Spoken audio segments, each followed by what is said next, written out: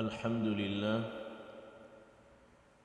الله جل جلاله عما نواله أعظم شانه تقدست أسماؤه رب العزة والجلال আমার আপনার মালিক জিন ইনসান ফেরেশতা तमाम বিশ্বকুলের মালিক আসমানের মালিক জমিনের মালিক আল্লাহ জাল্লা জালালুহু আম্মা নওয়ালুহু আমাদেরকে আজকে রবিউল আউয়াল মাসের প্রথম দিন শুক্রবার আল্লাহর ঘর মসজিদে আল্লাহ পাক আমাদেরকে একত্রিত হওয়ার সুযোগ করে দিয়েছেন। আমাদেরকে মেহেরবানি করে আল্লাহর ঘর মসজিদে এসে কিছু সময় বসার, কিছু সময় কথা বলার, কিছু শোনার, কিছু বলার আল্লাহ সুযোগ করে দিয়েছেন। সাইয়্যিদুল আইয়াম, শ্রেষ্ঠ দিন, সপ্তাহের শ্রেষ্ঠ দিন, এই শুক্রবারে আমরা মসজিদে আসতে পেরেছি। আল্লাহর শুকরিয়া আদায় করি, বলুন আলহামদুলিল্লাহ। প্যারে হাজিরিন, আমরা যে মাসে উপনীত হয়েছি এই মাস হল রবিউল আউয়াল মাস। রবিউল আউয়াল সেটি হল আপনার আরবি মাস।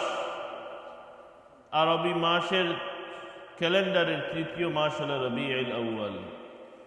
এই রবিউল আউয়াল, এই মাসটি মহিমান্বিত, এই মাসটি অনেক গুরুত্ব বহন করে, যেটি কারণে এর মূল কারণটি হলো এই রবিউল আউয়াল মাসে আল্লাহ জাল্লা জালালুহু আম্মা নওয়ালুহু তার প্যারে হাবিব মুহাম্মদুর রাসূলুল্লাহ সাল্লাল্লাহু আলাইহি ওয়াসাল্লামকে এই বিশ্বজাহানে আল্লাহ জাল্লা জালালুহু তার হাবিবকে প্রেরণ করেছেন। তার হাবিবের এই দুনিয়াতে তাশরিফ আনা এবং এই দুনিয়াতে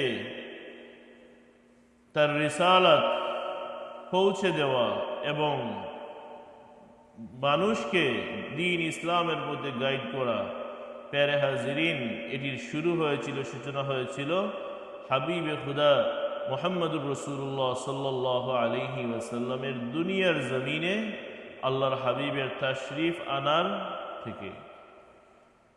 আমরা তার রসুলের শানে সালাতু সালাম করি, আল্লাহুম্মা সাল্লি আলাইহি আল্লাহুম্মা বারিক আলাইহি।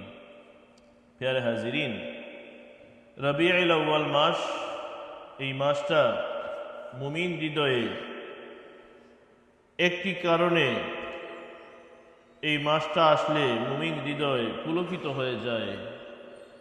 এর কারণ হলো সাইয়্যিদুল বাশার, সাইয়্যিদু ওয়ালাদে আদম রাসূল আকরাম সাল্লাল্লাহু আলাইহি ওয়াসাল্লাম এই মাসে তাশরিফ এনেছিলেন। অতীতের আমাদের যে সালাফ ছিলেন, এই রবিউল আউয়াল মাস আসার পরে তারা নবীজির জিন্দেগি একটু বেশি করে অধ্যয়ন করতেন। আল্লাহর হাবিবের জিন্দেগিতে রয়েছে আমাদের জন্য উসওয়ায়ে হাসানা। আমাদের জন্য কি? নবীজির জিন্দেগিতে রয়েছে উসওয়ায়ে হাসানা। আমাদের জিন্দেগির যত দিক আছে, আমাদের জিন্দেগির যত সাইড আছে, আল্লাহর হাবিবের জিন্দেগির মাধ্যমে আল্লাহ পাক সকল বিষয়ে আমাদেরকে গাইড করেছেন। বলেন না সুবহানাল্লাহ। প্যারে হাজিরিন, আপনি দেখেন, কোনো একটি মানুষ এই দুনিয়াতে নাই, কোনো একটি মানুষ এই দুনিয়াতে নাই যে তাকে নবীজির সাথে কোনোভাবে সে নবীজির সাথে নিজেকে রিলেট করতে পারে না। প্যারে হাজিরিন, আল্লাহ রসুল সাল্লাল্লাহু আলাইহি ওয়াসাল্লাম, যে কোনো একজন মানুষ যদি চায় তার জিন্দগিতে নবীজির জিন্দগির সাথে রিলেট করতে, সে পারবে। একজন অসহায় মানুষ যদি চায় যে আমি অসহায়, আমার কিছু নাই, সম্বল নাই, সহায় নাই, কোনো এতিম যদি চায় তার জিন্দগিতে নবীজির সাথে রিলেট করতে, সে অনায়াসে তাই করতে পারে। আল্লাহ রসুল সাল্লাল্লাহু আলাইহি ওয়াসাল্লামকে আল্লাহ মানবীয় জীবনের যত সাইড আছে, যত কিছু এক্সপেরিয়েন্স করা যায় একজন মানুষ, সমস্ত কিছুকে আল্লাহ রসুলের মাধ্যমে এক্সপেরিয়েন্স করাইয়ে আল্লাহর হাবিবের মধ্যে সমস্ত বিষয়ের সমাধান দিয়ে উসওয়ায়ে হাসানা হিসেবে আল্লাহ তার হাবিবকে প্রতিষ্ঠিত করেছেন। বলেন না সুবহানাল্লাহ। প্যারা হাজিরিন, এই মাস আমরা শুরু করতে চাই রসুলের আলোচনা দিয়ে। আল্লাহ জাল্লা জালালুহু আম্মা নওয়ালুহু তার হাবিবের ইজ্জত সম্পর্কে আল্লাহর কালামের মধ্যে যেটি বলেছেন, ওয়ারাফা'না লাকা যিকরাক, যে রাসূল আমি আপনার জিকিরকে কি করেছি, সমুন্নত করেছি, আপনি আমার জিকিরকে, আপনার স্মরণকে আমি সুউচ্চে নিয়ে গিয়েছি। প্যারা হাজিরিন, একটু চিন্তা করুন, দুনিয়াতে আদম আলাইহিস সালাতু ওয়াস সালাম থেকে নিয়ে আজ পর্যন্ত কত lakh crore billions of human being এই দুনিয়াতে ছিল, আরো আসবে। কারো আলোচনা নবীজির আলোচনার সাথে তুলনাই করা যায় না। আপনি দেখেন প্রতিদিন যতভাবে আমরা আল্লাহ পাকের, যত সময় আল্লাহ পাককে স্মরণ করি, আল্লাহ পাকের স্মরণের সাথে সাথে নবীজির স্মরণ অটোমেটিকলি চলে আসে। কিভাবে? আমরা যখন প্রতিদিন আজান দেই, আশহাদু আল্লা ইলাহা ইল্লাল্লাহ, তারপরে কি বলি? একটু করে মুয়াজ্জিন আজান দিবেন, আশহাদু আন্না মুহাম্মাদার রাসূলুল্লাহ। নবীজির আলোচনা, নবীজির স্মরণ। দুনিয়াতে কোনো একটি মুহূর্ত নাই যে মুহূর্তে আল্লাহ পাক তার হাবিবের আলোচনাকে বুলন্দ করে নেই। বলেন না সুবহানাল্লাহ। এই আয়াতের একটি বাহ্যিক নিদর্শন যে যত জায়গায় 24 আওয়ার্স আমাদের এই গ্লোব বিশ্বতে আমরা সময় পাই, কোনো না কোনো সময় যে জায়গায় নামাজ হচ্ছে, আজানের মধ্যে শুনি আপনার নাম, নামাজে আপনাকে সালাম। যখন আমরা নামাজ পড়ি, নামাজের মধ্যে কি আছে? দরুদ আছে। আল্লাহুম্মা সাল্লি আলা মুহাম্মাদিন ওয়া আলা আলি মুহাম্মাদ কামা সাল্লাইতা আলা ইব্রাহিম ওয়া আলা আলি ইব্রাহিম ইন্নাকা হামিদুম মাজিদ। নবীজির আলোচনা আল্লাহ পাক নামাজের মধ্যে রেখে দিয়েছেন। প্রতিদিন আমরা কতবার নামাজ পড়ি? অ্যাটলিস্ট যদি আমরা 5 বার নামাজ পড়ি, 5 বারের মধ্যে নবীজির কতবার আলোচনা, কতবার আমরা দরুদ পড়তেছি নবীজির মধ্যে। এগুলা রিকোয়ার্ড যে আলোচনা আছে, রিকোয়ারমেন্টের মধ্যেই এগুলো পড়ে যায়। এডিশনালি কত মুসলমান, কত নবী প্রেমিক নবীজির উপর কতদিন, কত মানুষ হাজার হাজার বার দুরূদ শরীফ পড়তেছেন। এটা কাউন্টলেস, যেটাকে গণে কোনোভাবে শেষ করার কি নাই, কোনো সুযোগ নাই। ওয়ারাফা'না লাকা যিকরাক, নবীজি আপনার আলোচনাকে আমি সমন্বিত করেছি। প্যারে হাজিরিন, রাসূল আকরাম সাল্লাল্লাহু আলাইহি ওয়াসাল্লামকে আল্লাহ দুনিয়াতে পেরেছেন রহমতুল লিল আলামিন করে। কি করে?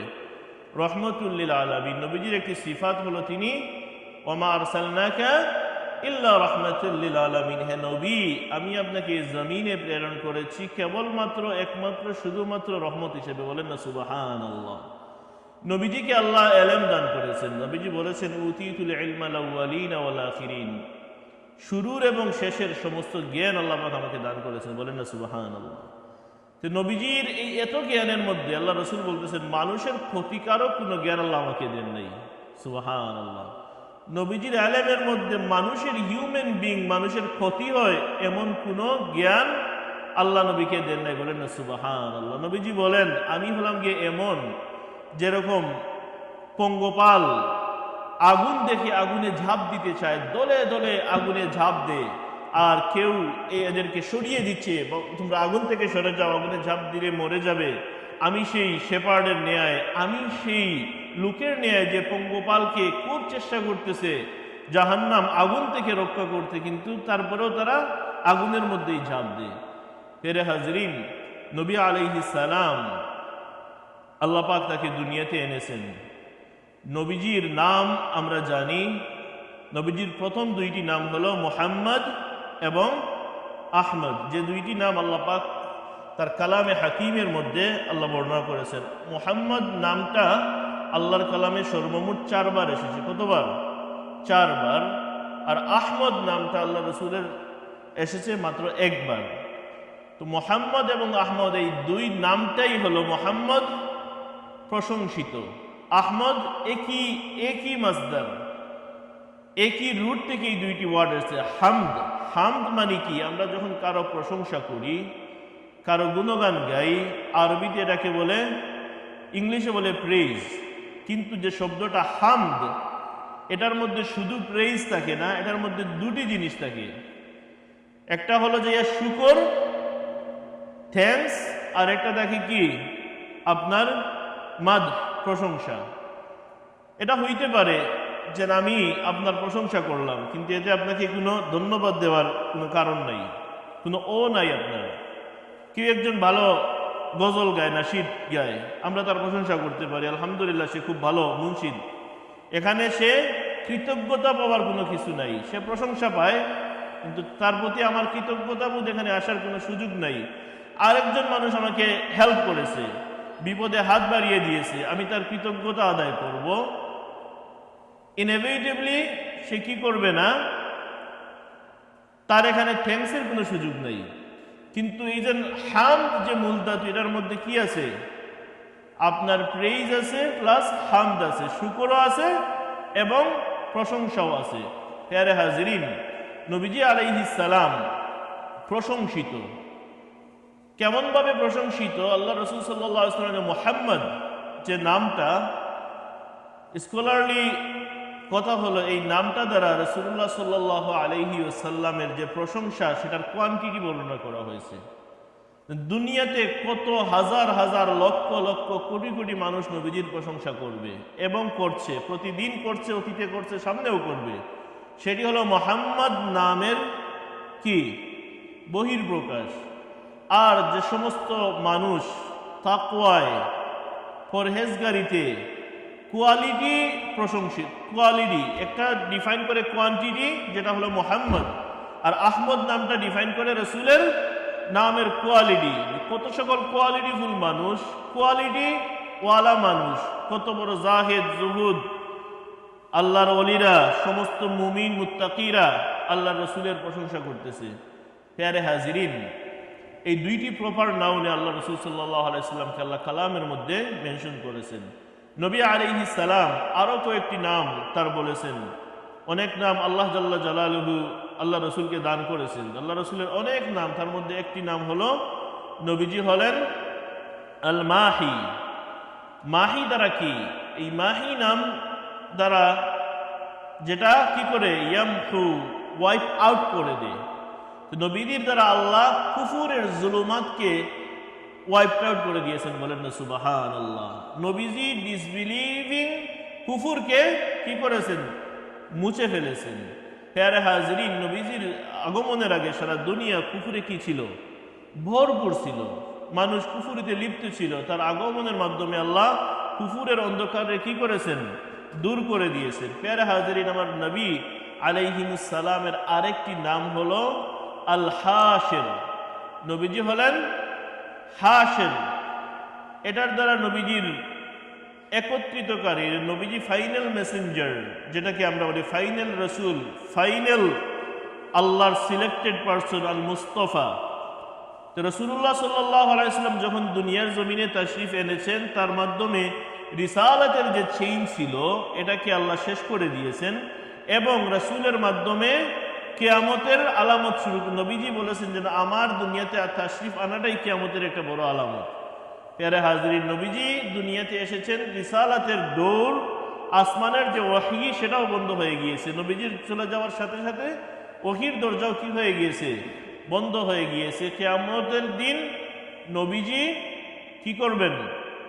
নবীজির মাধ্যমেই কিয়ামতের এই চ্যাপ্টারটা শুরু হয়ে গেল। নবীজি দুনিয়াতে এসেছেন, কিয়ামতের আলামত শুরু হয়ে গেল এবং আন্ডার নবীজির শাফাআত কিয়ামতের দিন সব মানুষ কি হবে? আল হাশির, সবাই একত্রিত হবে। কিয়ামতের মাঠে কি হবে? সবাই একত্রিত হবে। প্যারে হাজিরিন, এইভাবে নবীজির আরো নাম আছে। নবীজির নাম আল আকিব আছে, আরো অনেক নাম আছে। তো প্যারে হাজিরিন, আল্লাহ পাক এই নামগুলো নবীজিকে দিয়েছেন, তার এক একটা স্টেটাসকে আল্লাহ জাল্লা জালালুহু কি করেছেন? এর দ্বারা বুলন্দিত করেছেন। আমার রাসূল সাল্লাল্লাহু আলাইহি ওয়াসাল্লামের কিছু স্পেশালিটি আছে। আল্লাহ পাক তার হাবিবকে কিছু স্পেশাল কোয়ালিটি, স্পেশাল গিফট, যেটা আল্লাহর রসুলকে আল্লাহ দিয়েছেন, আর কোনো হিউম্যান বিং, কোনো নবী রাসূল এরা এই গিফটটা আল্লাহ রসুল শুধু পেয়েছেন, আর কেউ পায় নাই। এর মধ্যে একটি হলো রাসূল আকরাম সাল্লাল্লাহু আলাইহি ওয়াসাল্লামকে আল্লাহ কি করেছেন? শেষ নবী হিসেবে, সর্বশেষ রাসূল হিসেবে এই জমিনে আল্লাহ জাল্লা জালালুহু হাবিবকে প্রেরণ করেছেন। তারপরে আর কি নাই? কোনো নবী নাই, কোনো রাসূল নাই। মা কানা মুহাম্মাদুন আবা আহাদিম মির রিজালিকুম ওয়ালাকিন রাসূলুল্লাহি ওয়া খাতামান নাবিয়্যিন। আল্লাহ কোরআনে সূরা আহজাবের মধ্যে স্পষ্টভাবে ঘোষণা দিচ্ছেন যে মুহাম্মদ সাল্লাল্লাহু আলাইহি ওয়াসাল্লাম তোমাদের পুরুষদের কারো কি নন? পিতা নন। নবীজি পুরুষদের কারো পিতা নন। আবা আহাদিম মির রিজালিকুম ওয়ালাকিন রাসূলুল্লাহ, বরং তিনি হলেন আল্লাহর রাসূল। ওয়া খাতামান নাবিয়্যিন, এবং সিল অফ প্রফেটহুড।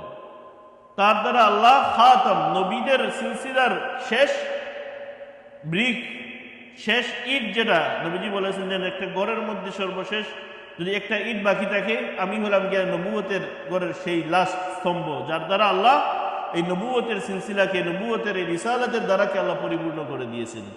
নবীজি হলেন খাতামান নাবিয়্যিন এবং কি আল্লাহর প্রেরিত শেষ রাসূল সাল্লাল্লাহু আলাইহি ওয়াসাল্লাম।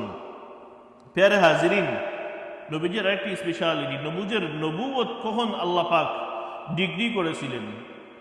নবীজি বলেন কুনতু নাবিয়্যান ওয়া আদামু বাইনাল মাই ওয়াত তিন, আমি তখনও নবী ছিলাম যখন আদম আলাইহিস সালাতু ওয়াস সালাম তিনি কাদা এবং পানির মধ্যে ছিলেন।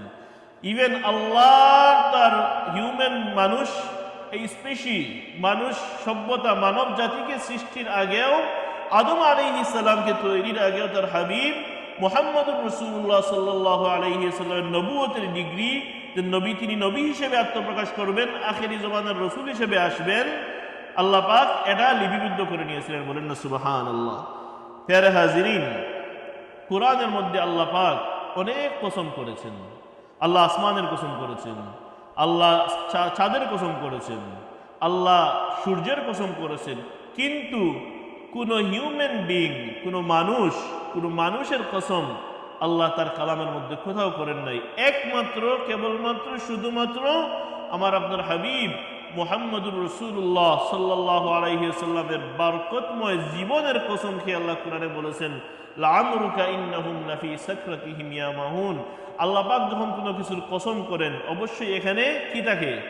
এটার মধ্যে অনেক গভীরতা থাকে, এটার অনেক ওজন থাকে, এটা অনেক স্পেশাল হতে হয়, অনেক মেজেস্টি থাকতে হয়। এইরকম কোন হিউম্যান বিং, কত নবী রাসূল চলে গেছেন, কারো জীবন নিয়ে, কারো হায়াতের বেশার্ত নিয়ে আল্লাহ পাক কসম করেন নাই। একমাত্র মুহাম্মদুর রাসূলুল্লাহ সাল্লাল্লাহু আলাইহি ওয়াসাল্লামকে তার হায়াত নিয়ে, তার মুবারক জীবনের উপর আল্লাহ পাক কসম করেছেন। প্যারে হাজিরিন, মুহাম্মদ রাসূলুল্লাহ সাল্লাল্লাহু আলাইহি ওয়াসাল্লামের আরেকটা খাসাইস আল্লাহ দান করেছেন। আগে গোত্রে গোত্রে নবী প্রেরিত হয়েছেন। পুরা এন্টায়ার ইউনিভার্স, এন্টায়ার ওয়ার্ল্ড এর জন্য নবী কখনো আসেন নাই। দেখা যায় এক এক সময় মাল্টিপুল প্রফেট, মাল্টিপুল নবী, মাল্টিপুল রসুল ওনারা খেদমত করেছেন। বিশ্বের এক এক জায়গায় এক একজন করেছেন। ঈসা আলাইহিস সালামের সাথে ছিলেন হযরত ইয়াহিয়া আলাইহিস সালাম, জাকারিয়া আলাইহিস সালাম, মুসা আলাইহিস সালামের সময় ছিলেন তার ভাই হারুন আলাইহিস সালাম। এইভাবে দাউদ আলাইহিস সালামের সাথে তার ছেলে ছিলেন সুলাইমান আলাইহিস সালাম, ইব্রাহিম আলাইহিস সালামের সাথে তার ছেলে ইসমাঈল আলাইহিস সালাম, ইসহাক আলাইহিস সালাম। এট এ টাইম আল্লাহ অনেক নবী রাসূল দিয়েছেন এবং একটি গোত্রের জন্য, একটি এলাকার জন্য তাকে স্পেসিফিক দায়িত্ব দিয়ে প্রেরণ করেছেন। কিন্তু মুহাম্মদুর রাসূলুল্লাহ সাল্লাল্লাহু আলাইহি ওয়াসাল্লামকে আল্লাহ এন্টায়ার ইউনিভার্স, মানুষ জিন উভয় জাহানের আল্লাহ পাক নবী করে পাঠিয়েছেন। বলেন না সুবহানাল্লাহ। নবীজির নবুয়ত কোনো একটি গোষ্ঠীর জন্য সীমাবদ্ধ নয়। নবী শুধু কুরাইশদের নবী ছিলেন না, নবী শুধু আরবের নবী ছিলেন না, নবী মাশরিক মাগরিব, পূর্ব পশ্চিমের সমস্ত মুসলমান অমুসলমান সকলের নবী, সকলের নবুয়ত নিয়ে, সকলের দায়িত্ব নিয়ে আল্লাহ পাক তার হাবিবকে এই জমিনে প্রেরণ করেছেন। প্যারে হাজিরিন, যত নবী রাসূল ছিলেন, কাউকে জিনরা ওনাদের শরীয়ত মানত, কিন্তু ডাইরেক্টলি জিনকে হেদায়ত করা, জিনকে জিনের দাওয়াত দেওয়া, জিনের শরীয়ত প্রণয়ন করা, এটা কোনো নবী করেন নাই, কাউকে এই দায়িত্ব দেওয়া হয় নাই। একমাত্র মুহাম্মদুর রাসূলুল্লাহ সাল্লাল্লাহু আলাইহি ওয়াসাল্লাম ছিলেন জিন এবং মানুষ, দুই জাতির নবী, এবং দুই জাতি নবীজির কাছ থেকে উপকৃত হয়েছে। রাসূলুল্লাহ সাল্লাল্লাহু আলাইহি ওয়াসাল্লাম ডাইরেক্ট জিন জাতিকে অ্যাড্রেস করেছেন, তাদের দিন তাদেরকে শিক্ষা দিয়েছেন, তাদেরকে মাসলা মাসাইল শিক্ষা দিয়েছেন। সূরা জিনের মধ্যে এই ঘটনাগুলো এসেছে, আমরা জেনেছি। রাসূলুল্লাহ সাল্লাল্লাহু আলাইহি সাল্লামের কাছে জিনের দল এসে ঈমান আনলো, তারপরে নবীজি তাদেরকে দ্বীন শিক্ষা দিলেন। প্রিয় হাজিরিন, রাসূলুল্লাহ সাল্লাল্লাহু আলাইহি সাল্লামকে যে উম্মাহ দেওয়া হয়েছে, যে নেশন দেওয়া হয়েছে, অতীতের কোনো নবীকে এত বড় নেশন কোনো নবীকে আল্লাহ দেন নাই। তার হাবিব মুহাম্মদুর রাসূলুল্লাহ সাল্লাল্লাহু আলাইহি সাল্লামকে এই বিশাল উম্মত, রাসূলুল্লাহ সাল্লাল্লাহু আলাইহি সাল্লামের পিছনে যে ফক দাঁড়াবে কিয়ামতের দিন, সেই বিশালতা আর কোনো নবীর এত বড় উম্মত আল্লাহ আর কোন নবীকে গ্রহণ করেন নাই। একমাত্র মুহাম্মদুর রাসূলুল্লাহ সাল্লাল্লাহু আলাইহি ওয়াসাল্লামকে আল্লাহ এত বড় উম্মত দান করেছেন। প্রিয় হাজিরিন, রাসূলুল্লাহ সাল্লাল্লাহু আলাইহি ওয়াসাল্লামের স্টিল লাইফ আরেকটা মুজিজা হলো, যেটি আর কোনো নবীকে কোনো হিউম্যান বিইংকে দেওয়া হয় নাই, সেটি হলো আল কুরআনুল কারীম। কোরআন এমন একটি মুজিজা, আজ পর্যন্ত কোরআনের চ্যালেঞ্জ আল্লাহ 1400 বছর আগে তার হাবিবের মাধ্যমে যে চ্যালেঞ্জটি ছুড়ে দিয়েছিলেন, আজ পর্যন্ত কোনো মানুষ সেই চ্যালেঞ্জ গ্রহণ করতে পারে নাই। সেই চ্যালেঞ্জ গ্রহণ করে সেটার উপর সে বিজিত হওয়া, সেটা তো দূরের কথা, চ্যালেঞ্জই গ্রহণ করতে পারে নাই। ইভেন আজকের এআই এর দিন, আপনি যা কিছু দেন এআই সব কিছুই করে ফেলে, এআই আল্লাহর কালামের একটি আয়াতের নমুনা আনাও কিনা কশিনকালেও সম্ভব না। এত রিলেভেন্ট একটি কিতাব, প্রতি সময়ের জন্য, প্রতি যুগের জন্য, প্রতি মুহূর্তের জন্য রিলেভেন্ট। কোরআনকে আপনি কখনোই বলতে পারবেন না যেটা আমাদের সময়ের সাথে রিলেভেন্ট না। যত সময় আসবে, যত যুগ আসবে, যত ইরা আসবে, যত নতুন ইনভেনশন আসবে, কোরআন আল্লাহর কালাম সমস্ত সময়, সমস্ত টাইম এবং প্লেস, সব জায়গায় এটা রিলেভেন্ট। এটাই আল্লাহর রসুলের একটা লাইভ মুজিজা। আজ পর্যন্ত আমরা দেখে যাচ্ছি, কিয়ামত পর্যন্ত, কোরআন উঠিয়ে নেওয়ার আগ পর্যন্ত আল্লাহ পাক এই মুজিজা এই জমিনে আল্লাহ অবশিষ্ট রাখবেন। প্যারে হাজিরিন, অতীতের নবীদেরকেও কিতাব দেওয়া হয়েছিল, কিন্তু তার বিকৃতি হয়ে গিয়েছে। ঈসা আলাইহিস সালামের কাছে এসেছিল ইনজিল কিতাব, মুসা আলাইহিস সালামের কাছে এসেছিল তাওরাত কিতাব, দাউদ আলাইহিস সালামের কাছে ছিল জাবুর। এইভাবে নবীদের উপর অনেক সুহুফ, সহিফাগুলো এসেছিল, কিন্তু কোনো কিছুরই অস্তিত্ব নাই। সব কিছুই কি হয়ে গেছে, অনেক কিতাব সমূলেই বিনষ্ট হয়ে গেছে, আর অনেক কিছুরের ফলোয়াররা বিকৃত করে ফেলছে।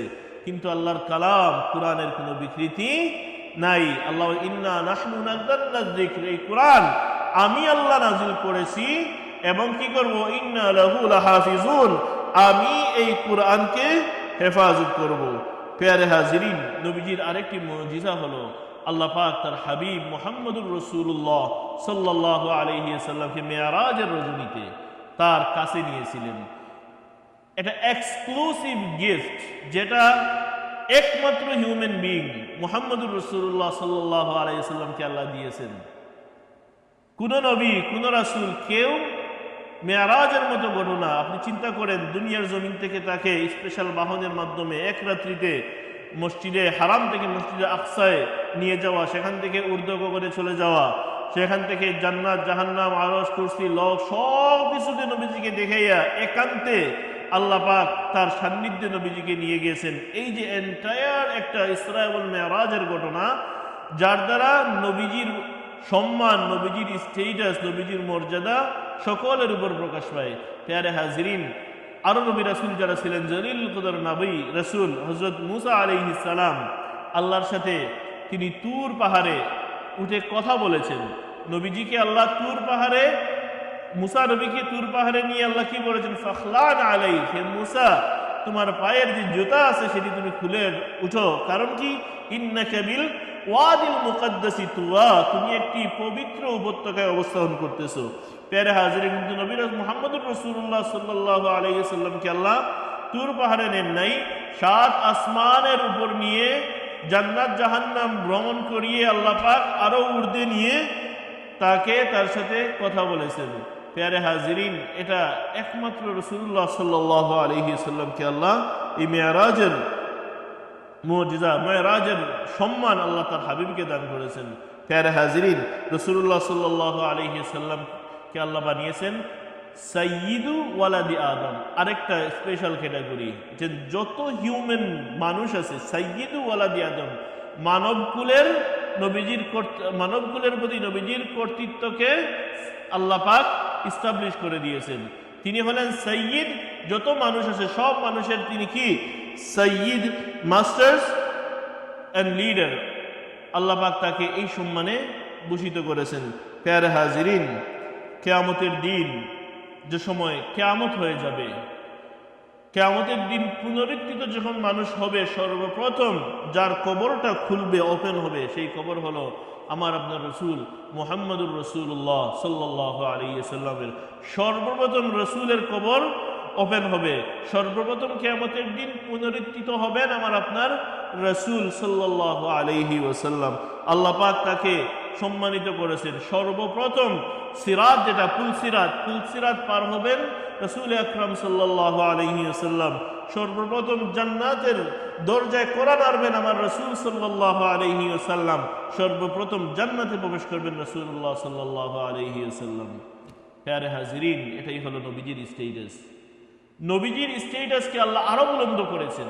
সেটা কিভাবে? কিয়ামতের দিন যখন জাজমেন্ট শুরু হওয়ার জন্য মানুষ ব্যতিব্যস্ত হয়ে যাবে, কত বছর পার হবে মানুষ নিজেও জানে না, অনেক দীর্ঘ সময় চলে যাবে, মানুষ থাকবে অস্থির। মানুষ শুরু করবে আদম আলাইহিস সালামের কাছে, একত্রিত হবে, বলবে আপনি তো আবুল বাশার, সমস্ত মানুষের পিতা, আপনি আল্লাহর কাছে বিচার শুরুর জন্য আপনি আবেদন করুন আমাদের পক্ষ থেকে, আমরা এখানে অনেক কষ্টে আছি। আদম আলাইহিস সালাম তিনি তার সেই গন্ধমের ঘটনা স্মরণ করে বলবেন না, আমি পারবো না।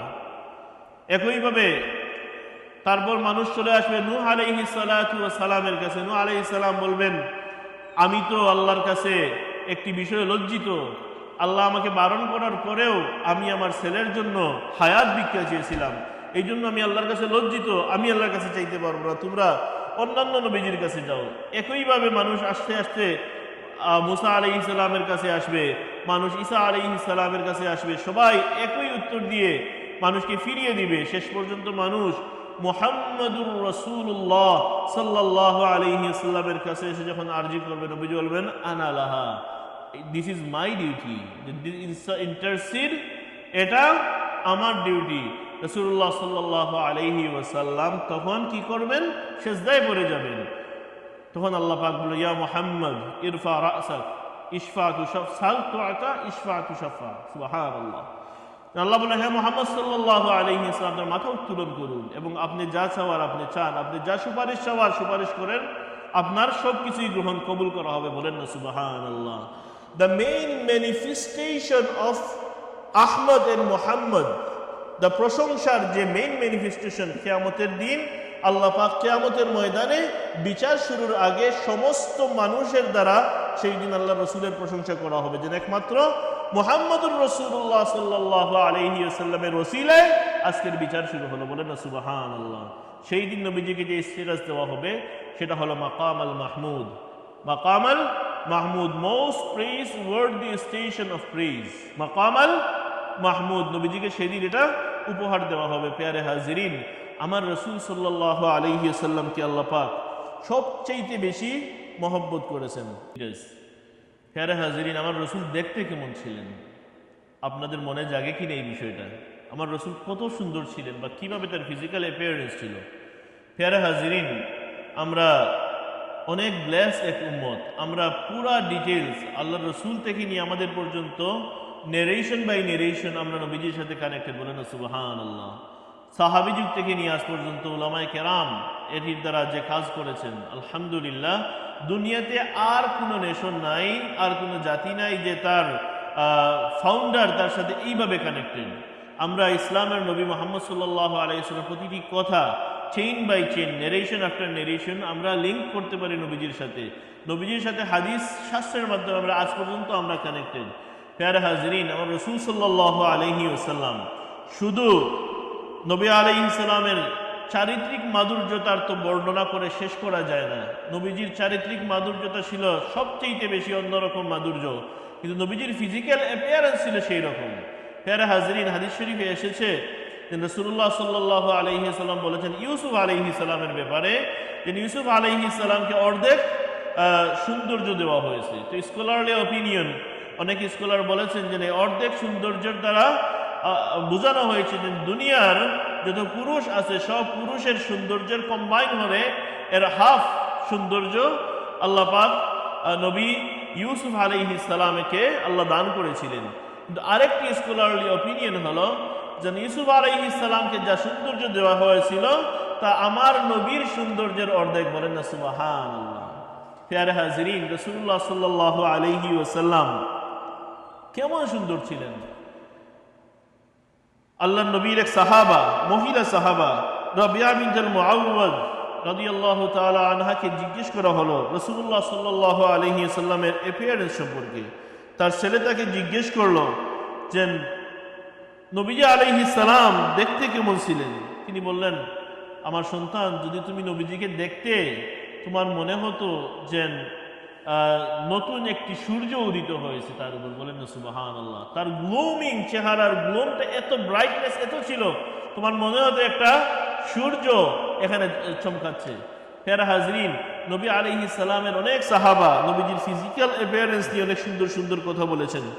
কাব ইবনে মালিক রাদিয়াল্লাহু তাআলা আনহু বলেন, নবী আলাইহিস সালাম যখন হাসতেন, একটু হ্যাপি থাকতেন, তখন তার চেহারা অনেক আলোকিত হয়ে যেত, লিট আপ হয়ে যেত এবং একটা পরিপূর্ণ চাঁদের মতো নবীজি হয়ে যেতেন, বলেন না সুবহানাল্লাহ।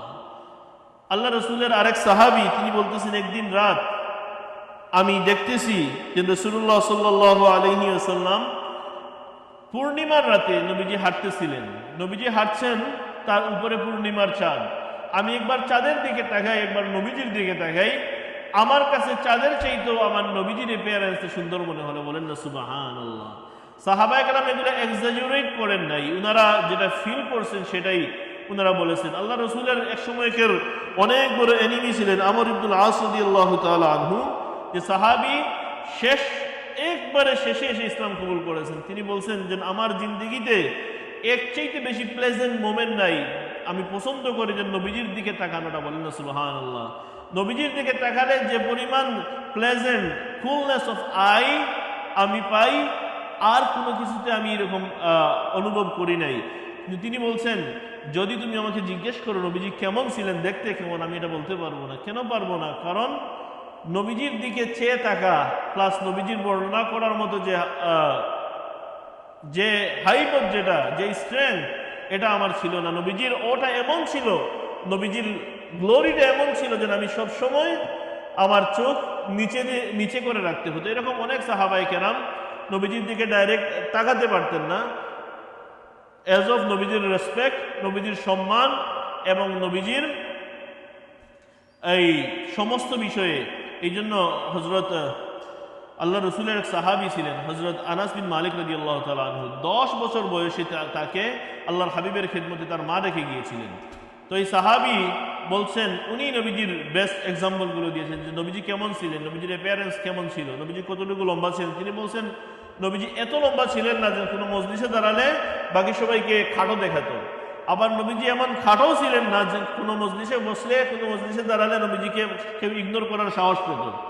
ইন বিটুইন ছিলেন। নবীজির কাঁধ মুবারক এখানে একটা মোহরে নবুয়তের একটা সিল ছিল। নবীজি নাভি, বুক থেকে নিয়ে নাভি পর্যন্ত একটা সুন্দর একটা রেখা ছিল।